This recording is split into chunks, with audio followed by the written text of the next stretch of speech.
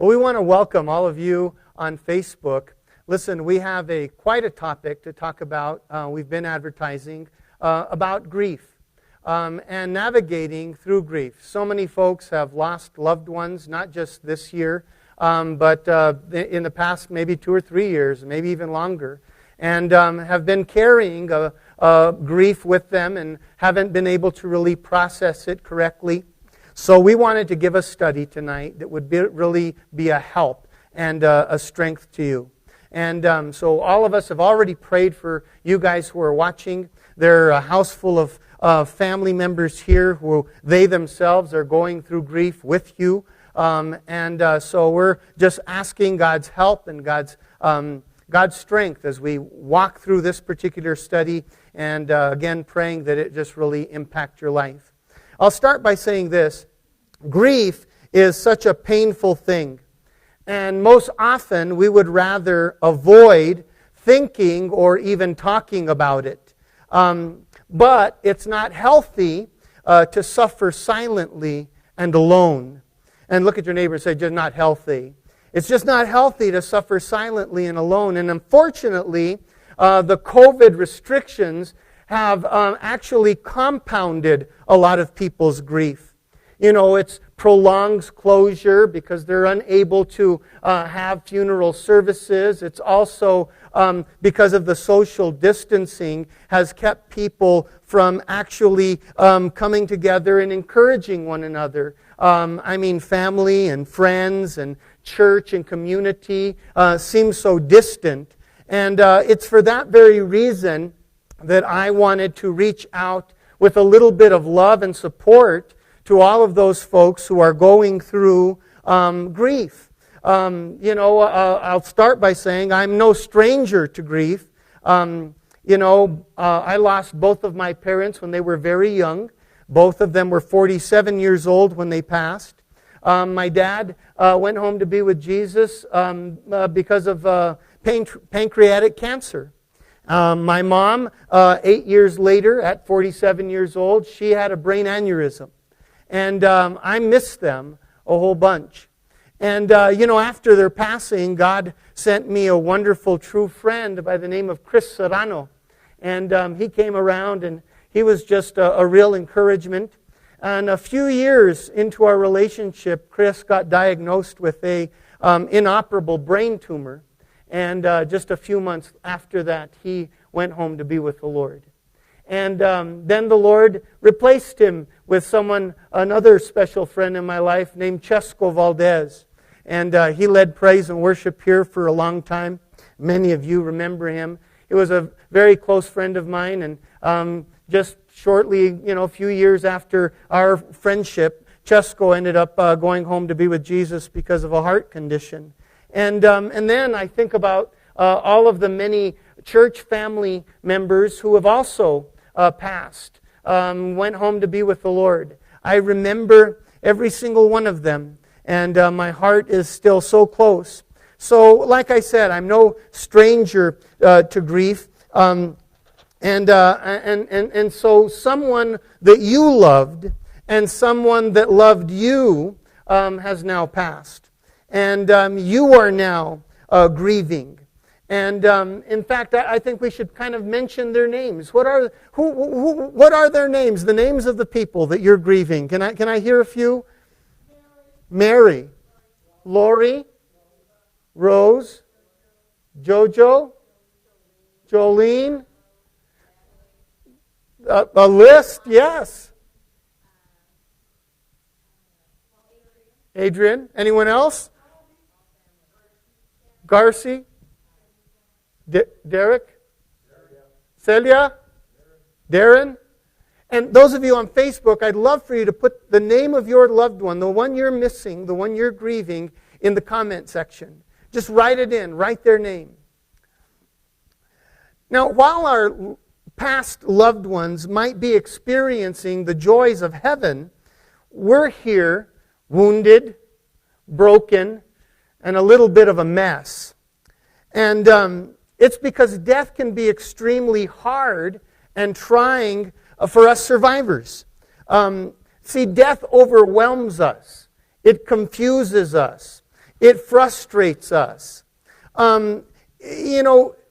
It is usually much harder. Death is harder to process than we expected. It causes all kinds of emotional overload. It really does. The Old Testament character David, he lost 3 sons. And he describes the feelings in a couple of the Psalms that he wrote of how he felt after losing those sons. He said, one psalm said he felt like he was drowning or being suffocated. Another time he said he felt like he was swimming in a couch of tears. He describes that he was devastated, that he was emotional, that he was anxious, he was not sleeping, not eating, that he was not able to concentrate. He felt lonely. Listen, guys, the flood of emotion and the inability to control that when you're grieving is normal. You are not losing your mind. You are not having a nervous breakdown. You are not a weak person. It's not that you don't have faith. You're grieving. In fact, go ahead and look at your neighbor and say, I'm grieving. Say it out loud. I'm grieving. You're not going crazy. You're grieving. See, none of us deal with loss easily. None of us deal with death easily. You see, we weren't wired for death. In the Garden of Eden, God created man with eternal software. Death was never a part of God's plan. But because of sin, death seized the human race. But it's still not natural for us. And for that reason, we weren't wired for it. And so when it erupted in this world and it erupted in us, it doesn't set right with us. Just like your computer. If you try and download foreign software, your computer will resist it. It will reject it. That's us. When it comes to death, we resist it. We reject it. We have a hard time processing it. Oftentimes, the way that we respond is strange. We respond with shock. That's the first way that we respond to death. Especially if the person that we lost, it happened suddenly or unexpectedly. See, shock is the initial numb feeling. When things are foggy or blurry. And things are hard to process. Most of you remember right after the loved one's passing. In fact, even up to days after the funeral, you don't really remember stuff. It all just seems like a fog. It's still shock is what it is. Our brain can't get our arms around what has happened. And shock can last for days, sometimes even weeks after the funeral services. Sometimes we will respond with denial. The mind registers what has happened, but it refuses to accept it. The person in denial will shut it out. They'll act like it never happened. They'll refuse to think about it. They'll refuse to talk about it. To talk about the person. Much less accept it. They don't want to talk about it. The person in denial won't express emotion. Won't mention the loved one's name. They have a hard time looking at pictures. They won't recall memories. It's their way to keep from hurting. And so they stay in denial. Some people respond with anger. Everybody say it with what? With anger. See, anger is a protest. It's not fair. It's somebody's fault. And they respond that way when a loved one dies. You get angry with the doctors. You get angry with a hospital. You get angry with a sickness. You get angry with those responsible. The drunk driver. The person who infected them with COVID. You get angry with the one who pulled the trigger, with the one who caused the accident. You get angry at them. Then you get angry with the person who passed. If they hadn't been so stubborn, if they would have taken better care of themselves. How dare they leave me like this? Sometimes you get angry with yourself. If only I had, you fill in the blank. I should have, you fill in the blank. Why didn't I see it? We get angry with ourselves. We get angry with God. Like Martha and Mary about Lazarus. You remember the story in the Scriptures? Jesus showed up late. He had been dead 4 days. They had sent the message out early for him to come and heal their brother and help the one whom he loved. But he didn't show up when they expected him. Lazarus died. And when Jesus did get into town and went to Mary and Martha's house, their questions were, where were you? Why did you allow this? Why didn't you do something? You could have stopped this. Those are all things, anger towards God. Sometimes we get just angry at everyone. People who try to console you. You don't know how it feels. How dare you? I don't need or want your condolences. And maybe we don't say it with our mouth, but it burns within us. It's the anger. We get angry because, especially now during the holidays, as people are enjoying the holidays, we can't stand it. We get angry. How dare they enjoy themselves? How dare they be happy when I'm hurting and I've lost someone? But we have to be careful because there is a serious danger to anger. See, anger can dominate your life and make you hard. Just like cement that sets. You can become hardened in unforgiveness, hardened in resentment, hardened in bitterness, hardened in regret. And Proverbs 28:14 warns, it says, the person whose heart is hardened will fall into misery.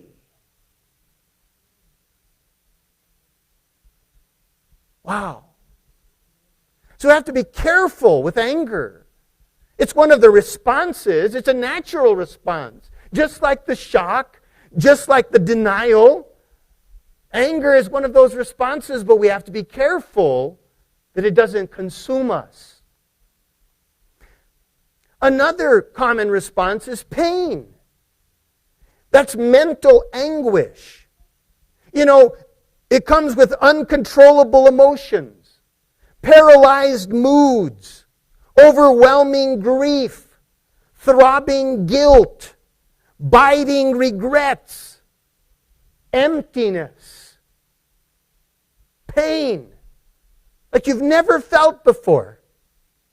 In the deep recesses of a place where you didn't even think you could ever feel that much pain and that much hurt. A part of your life is missing, and it seems impossible to function. For some families, for some individuals, their identity is lost when they lost their loved one. They can't imagine doing life without their loved one. It's like that country song that says, without you, what do I do with me? It's pain. Many people try to avoid pain, and they resort to self-medicating. Self-medicating. You know, alcohol, drugs, sex, overworking. Anything to try to numb the pain, to keep them distracted, which many of those things, self-medicating never really works, and in fact adds to your misery and your pain. It's not the answer. And then pain easily morphs into depression. Everybody said, what? Depression. You shut everyone out. You isolate and insulate yourself. You don't want to go anywhere. You don't want visitors. You don't want to see anyone. You have no energy, no strength. And before long, you have no hope. Now, which of these responses identifies you? Are you able to say where you might be at? Shout it out. Anger. Depression. Anger. Pain. And those of you online, please, type it in. It's where you're at. It's the only way you can navigate from where you need to be is to know where you're at. Anyone else? Isolation. Depression. Loneliness. Denial. Now, again, the Old Testament character David, who lost 3 sons, he experienced all of those same emotions. In fact, the book of Psalms tells his story of pain and problems, loss, and it tells it all. He experienced all of those same emotions and feelings. David even contemplated taking his own life. But then he opened up to the Lord and asked for his help. In fact, here's one particular psalm, Psalm 13, starting with verse 1. He said, "How long, O Lord, will you forget me forever? How long will you hide your face from me? How long shall I take counsel in my soul, having sorrow in my heart daily? How long will my enemy be exalted over me? Consider and hear me, O Lord my God. Enlighten my eyes, lest I sleep the sleep of death." David wanted to shut his eyes and never wake up. He was angry. He was hurting. But when he leaned into God in that psalm, when he leaned into God, healing started. In fact, the rest of the psalm describes the healing. In verse 5, it says, "I have trusted in your mercy. My heart shall rejoice in your salvation. I will sing to the Lord because he hath dealt bountifully with me." Yeah, what hope, right? At first it was bleak. I don't want to wake up. But when he decided to lean into the Lord, you know, as hard as it is for you right now to imagine or believe, your heart will rejoice again. You will sing again. God will work abundantly in you. He will. But first, like David, we have the first step to healing is to do what David did. Let God help. Say it out loud. Let God help. Ask the Lord for help. See, the Lord knows what you're going through, and He wants to help. Here's a couple of Psalms. Psalm 34, verse 18. "The Lord is close to the brokenhearted. He rescues those whose spirits are crushed." And then Psalm 147, verse 3. "He heals the heartbroken and bandages their wounds." I love that. I love that. So knowing that God is willing and able to help where we're at, we should cast all of our cares upon the Lord because He cares for us. We should trust in the Lord with all of our hearts and lean not to our own understanding. You see, when David tried to manage grief, manage loss on his own, it only got worse. Whether you try to self-medicate, whether you try to distract yourself, whether you try to just shut things out and hope that it'll just sweep it under the rug and hopefully all the emotions will go away. He tried all of that. But at the point he could no longer, his heart was breaking. He's swimming in tears. He feels like he's suffocating. He leans into the Lord.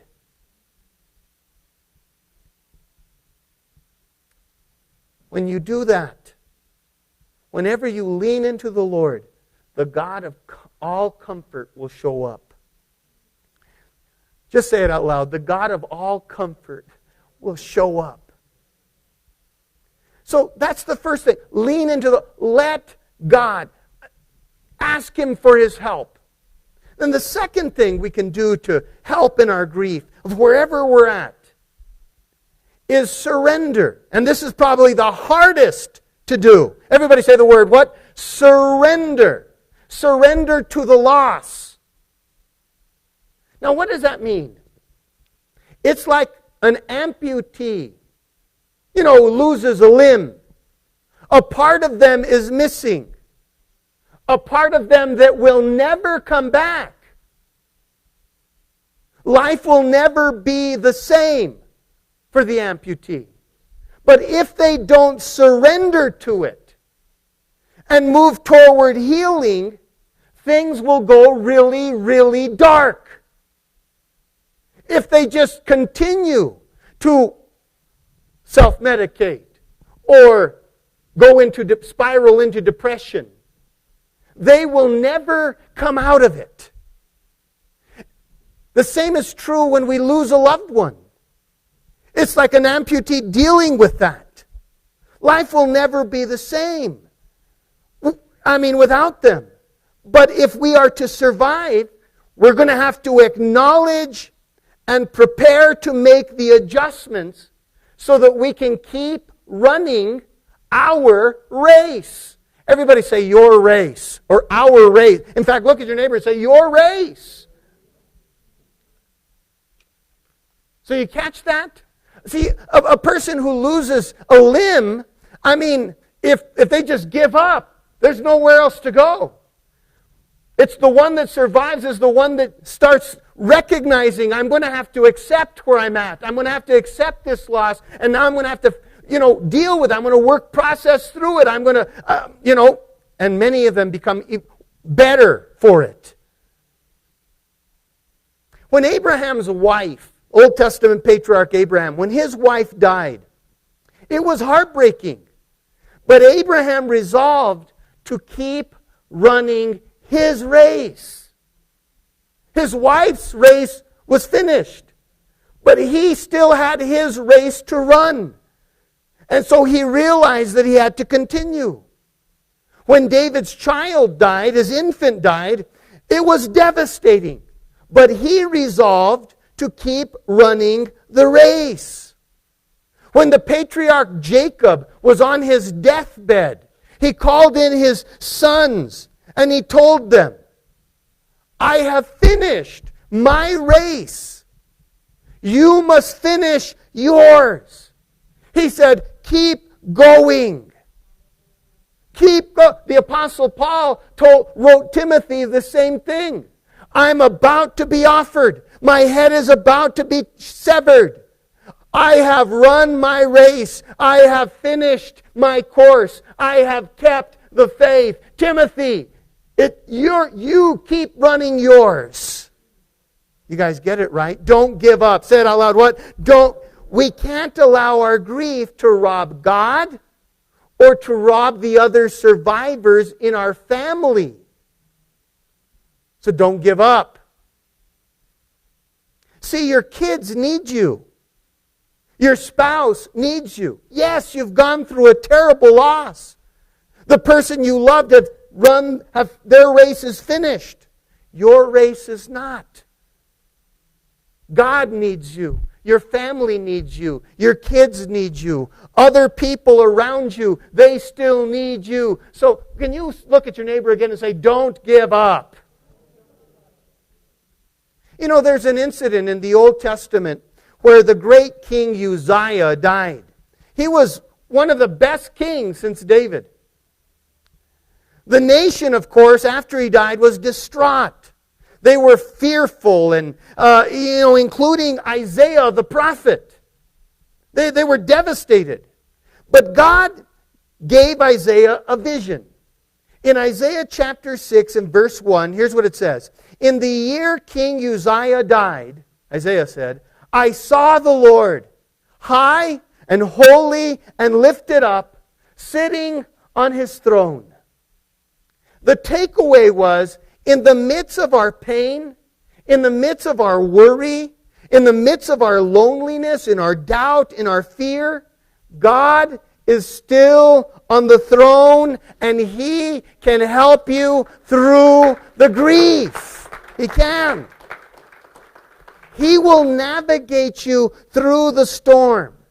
In fact, God promised this. In Isaiah 43, verses 1 through 3, He said, do not be afraid, for I have ransomed you. I have called you by name. You are mine. When you go through deep waters, I will be with you. When you go through rivers of difficulty, you will not drown. When you walk through the fire of oppression, you will not be burned up. The flames will not consume you. I will be with you, is what He promises. It's beautiful. So as we face off with grief, one is, let the Lord help you. Secondly, accept the loss. Don't deny, don't avoid, and don't give up. You continue running your race. You have to. The third thing to do to move towards healing is mourn. Everybody said out loud, what? Mourn. It's the prescription that Jesus gave for grief. He said, blessed are those who mourn, for they will be, and everybody say it, comforted. Jesus Himself mourned. Sometimes we forget that Jesus was a man. He was 100% God, but He was 100% man. And He went through all the things that we do.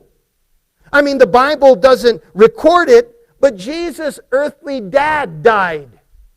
The man who raised Him. Jesus had to deal with loss. I'm sure his cousin John the Baptist died. Jesus, I'm sure when they died, Jesus mourned. Just like He did for his friend Lazarus when Lazarus died. The Scriptures, the shortest Scripture in the Bible, and it says, Jesus wept. Well, you said out loud, Jesus wept. You want to know why? Why go through the process of the emotion? Because it's the process of healing. Don't bottle up your emotions. It causes emotional infection if you do that. Go ahead, get angry, cry, vent. Call someone up. Call me. Tell me I'm missing. Do it. Vent. I mean, we chuckle, but when we're going through it, it's not funny at all, is it? We need it. You need that. You need to get angry. You need to cry. You need to vent. And then pray. Give the Lord an earful. David did. God's not saying, oh my gosh. God's not going to get angry with you because you're angry at Him. He has big shoulders. He knows how to handle it. And when you're all done complaining, then just say, Lord, I need your help. And you know what? You'll find that He helps. Don't avoid the thoughts and the memories and the emotions of your loved one. Don't avoid them. Lean into them. Give yourself permission and time to mourn and hurt and heal. Give yourself permission. Most often we want grief to be over quickly, painlessly. We want to conquer it. Be done with it. Can I let you in on a little secret? Grief needs to be digested. I'm going to say it again. Grief needs to be digested through your emotions. You can't be done with it soon or quick. You can't put a time frame on your grief, or you can't hurry it up. And the process is different for everyone. I've counseled with couples who have lost a child, a most devastating experience. And their grief process is different. One of them might come out of it sooner than the other. One of them might experience it differently.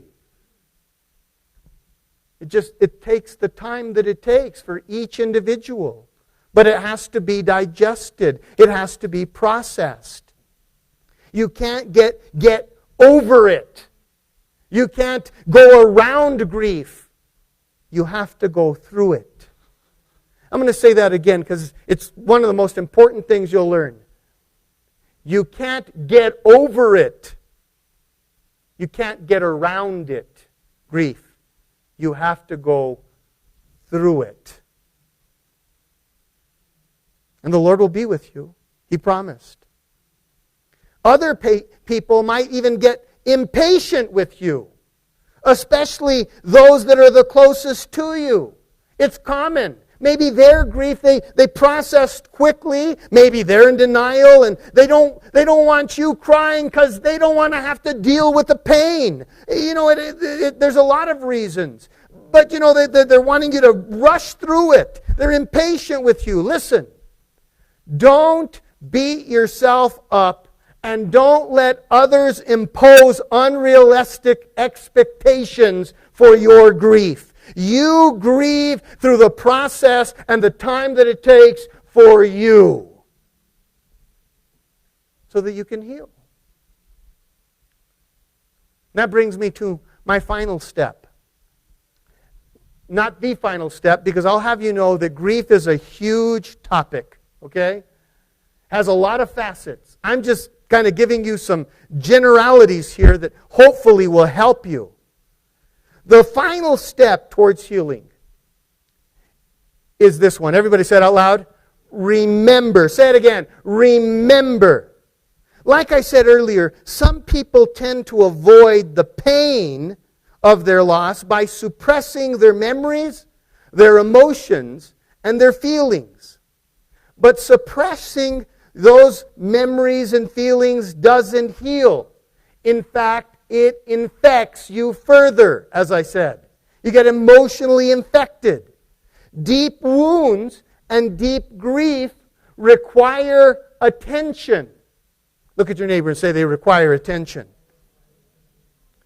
I use this illustration often. A few years ago, my wife was attacked by a vicious dog. It was a Rottweiler, cut loose from the neighbors, ran into our yard.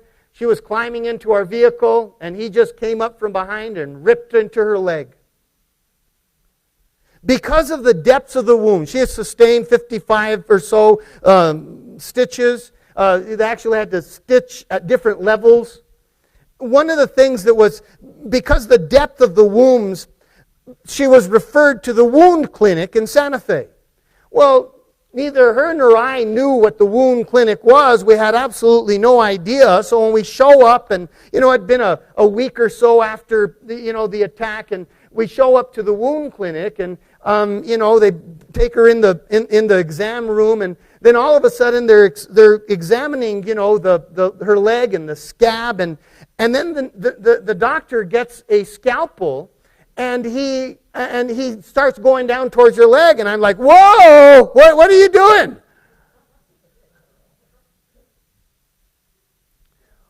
Well, we have to cut the scab out of the injury because of the depth. What happens is our body tries to heal. It pushes all of the infection to the top. That's what creates your scab. But the scab stops that actual flesh from healing properly. So it needs to be cut again and reopened so that it can heal. so the infection can come to the top again, so your body can continue to heal. It was miserable. But I learned a valuable lesson or illustration about grief. When the pain is that deep, when the loss has been that deep in you, it's going to take a process of this healing, of remembering, guys, for the wound to be opened again and again, looking at pictures, going through the photo album, going to the sensitive places that you find sensitive, that person loved and you experienced with them, going again, reliving some of the memories. Laugh as you look at the picture and you remember. Go ahead and laugh. Right on the back, the back of the picture, right on the back of it, the memory. What was happening that day? Laugh. Cry. Hurt. It will allow the healing to happen quicker.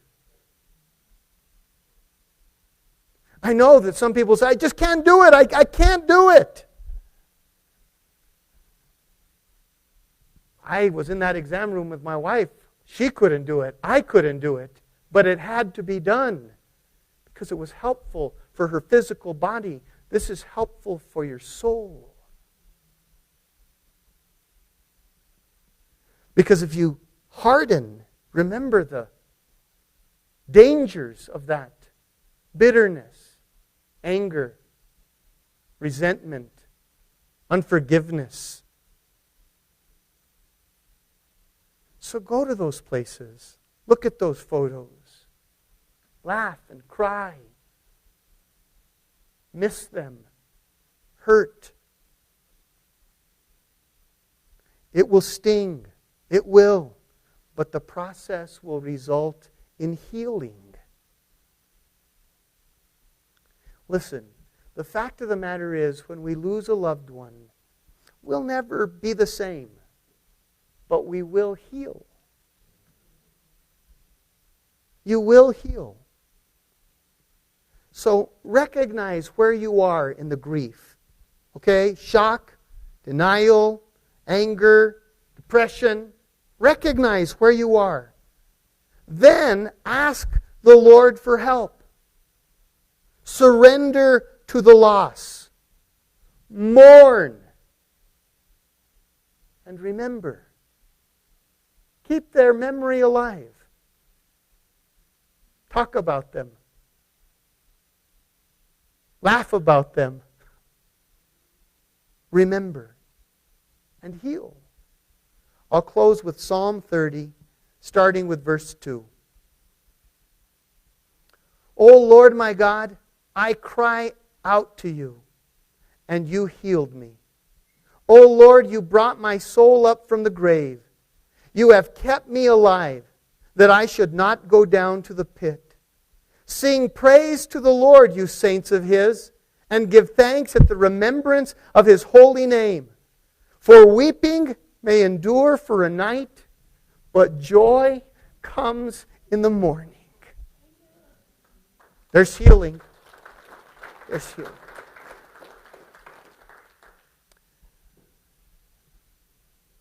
My prayer is that there was enough in this 40-minute little teaching to give you something to practice, especially when you're hurting the most. Healing will come. Lean into the Lord. Surrender to the loss. Cry, mourn, hurt, get angry. And remember. Reminisce. And let God heal your heart. Those of you who are watching, you've been hurting as well. And my prayer is that you will do the same. Follow some of these practices. And I pray that your heart will be healed. It'll be a process. But the Lord is good and He's faithful. Let's all stand. I want to wish all of you a wonderful, happy New Year. Some of you will be going through the process of grief with the New Year.